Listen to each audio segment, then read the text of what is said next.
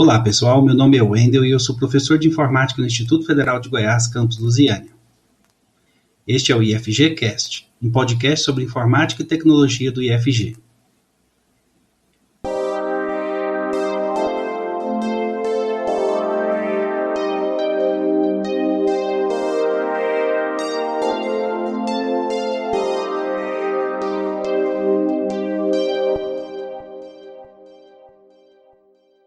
Neste episódio, vamos falar sobre a gerência de memória em sistemas operacionais, suas principais características e os tipos existentes.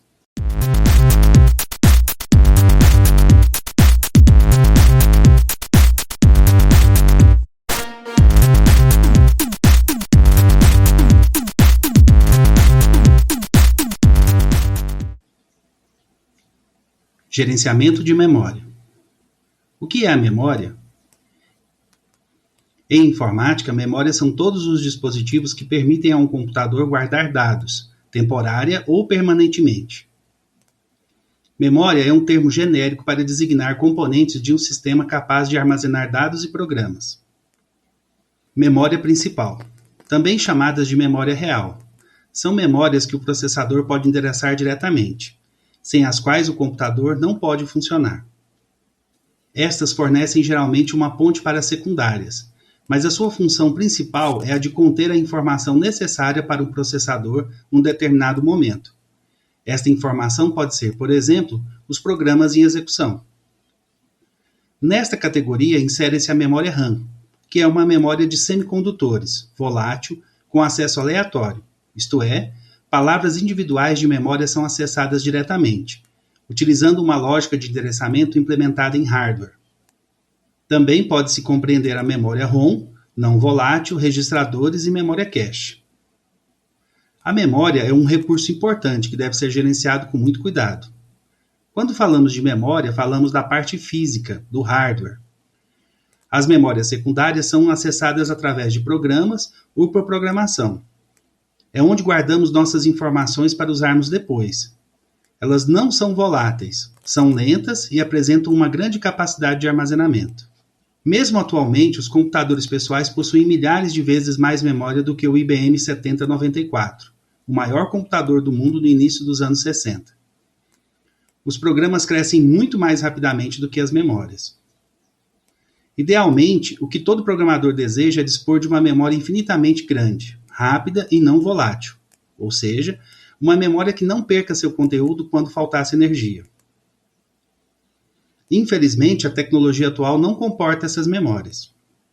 Por esse motivo, a maioria dos computadores utiliza a hierarquia de memórias, que combina uma pequena quantidade de memória cache, volátil, muito rápida e de custo alto, juntamente com uma grande memória principal chamada RAM, volátil, com dezenas de megabytes, de velocidade e custo médio.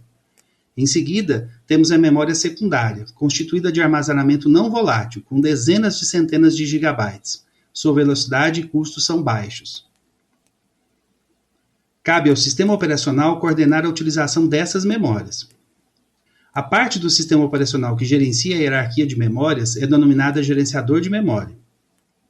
Sua função é manter o controle de quais partes da memória estão em uso e quais estão alocando a memória aos processos que precisam dela, e quando esses processos terminam, além de gerenciar a troca de processos entre a memória e o disco, quando a memória principal não é suficiente para conter todos os processos. Monoprogramação sem troca de processos. Quando utilizamos um esquema simples de gerenciamento de memória, a memória é compartilhada, com o programa e o sistema operacional, e assim, apenas um programa é executado por vez.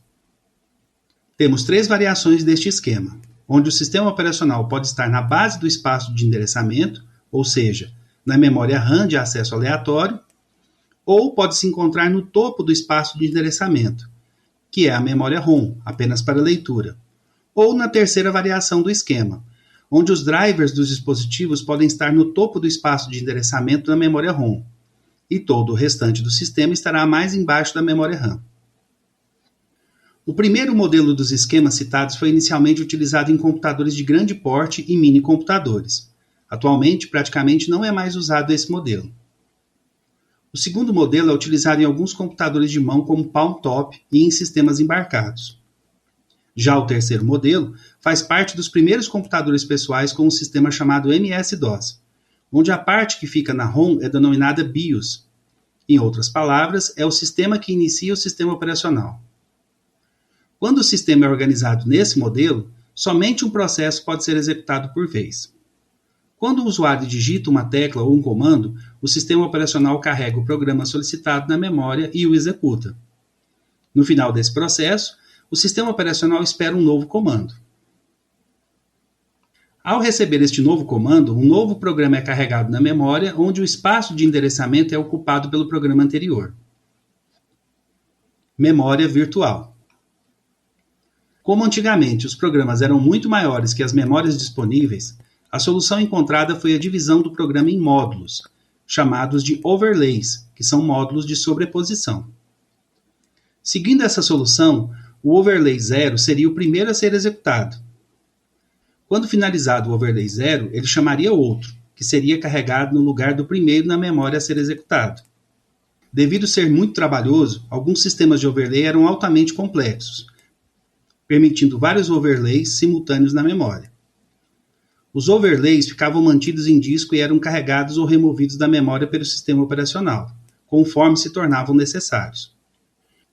Mesmo que o trabalho de executar a troca de overlay do disco para a memória fosse feito pelo sistema operacional, a divisão em módulos tinha que ser feita pelo programador. E a divisão em módulos de programas muito grandes acabava sendo lenta. E para mudar esse cenário, começaram a pensar em colocar essa função de divisão para o computador fazer. Para que o computador começasse a executar essa função, foi criado um método chamado Fotheringham, de 1961, que ficou conhecido como memória virtual. Basicamente, a ideia do conceito de memória virtual é que o tamanho total do programa, ou seja, seu código mais seus dados, podem ultrapassar a quantidade de memória física disponível. Contudo, o sistema operacional mantém as partes ativas do programa na memória e o restante deixa em disco. Por exemplo, um programa de 16 megas pode ser executado em uma máquina com apenas 4 megas, por meio de uma escolha da memória virtual, sobre quais dos 4 megas será mantido ativo na memória em cada instante, ou seja, cada parte do programa será dinamicamente carregada na memória ou removida dela de acordo com a necessidade do usuário. Com a memória virtual também é possível usar um sistema com multiprogramação, pedaços e partes de diferentes programas ao mesmo tempo na memória. Muito bem, pessoal, chegamos ao final de nosso episódio sobre gerenciamento de memória. Quero agradecer a vocês pela audiência, deixem seus comentários e não percam os próximos episódios. Um abraço e até breve.